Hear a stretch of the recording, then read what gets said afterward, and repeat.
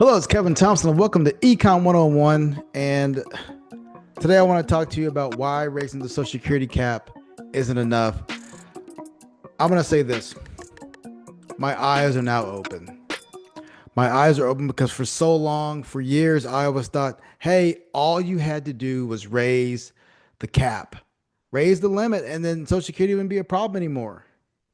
But my eyes have now been open because the more I read and the more actuarial math I get, I understand that that is absolutely not the case. Again, more income tax equals more money in the system. Turns out I was only half right. So, in this episode of Econ 101, I'll show you why the Social Security shortfall is far more serious and why raising the cap only solves half of the problem. So let's go ahead and get this started, 'cause I think this is very valuable here. So let's talk about how Social Security works. Social Security isn't just a savings account; it's a pay-as-you-go system, which means that when you put money in, you can take money out. It's a pay-as-you-go system. Today's workers pay into the system, and that money goes immediately to fund retirees. It's generational income. It's not a personal piggy bank. And for nearly half of Americans, it's the primary source of retirement income. So, like I said before, I always thought you could just raise the cap and everything would be okay.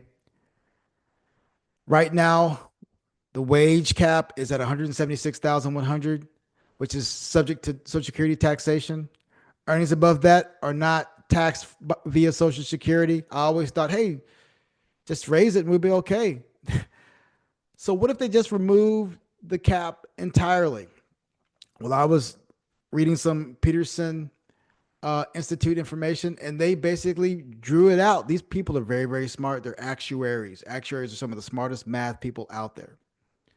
They clearly stated that just raising the cap, getting rid of it altogether, only takes up or only fixes 53% of the deficit. 53%.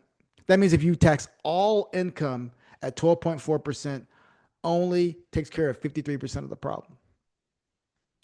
So not 100%, not even 70, 53%. Why? Because this isn't just about a revenue problem. It's math and demographics. One reason is because we have an aging population. There's more people aging.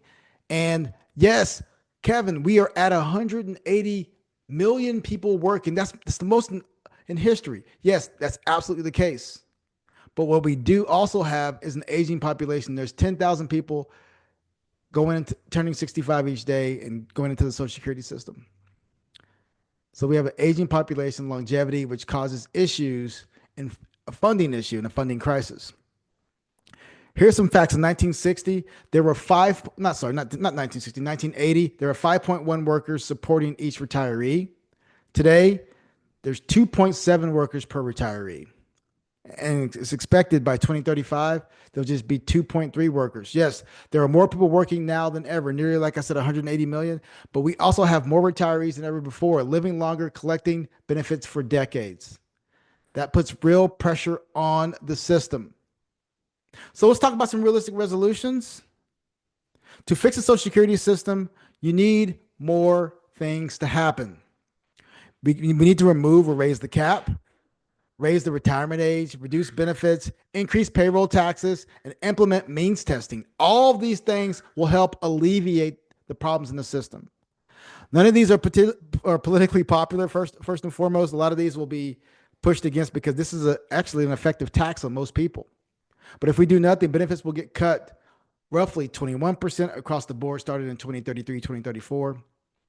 Those numbers consistently change. Some people say it's 23%, but those numbers will be cut if nothing gets done. So why this matters? If you're under 40, this is your reality.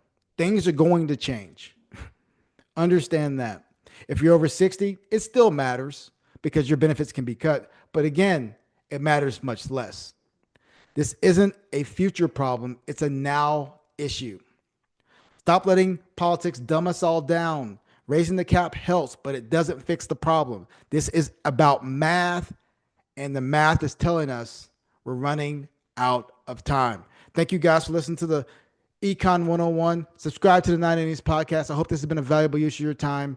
This is a math problem. This is a demographic issue, and it needs to be resolved now, but it will likely not be resolved by the current administration because it's not politically popular to raise taxes. Thank you guys once again. Stay humble, stay safe. We'll see you again soon.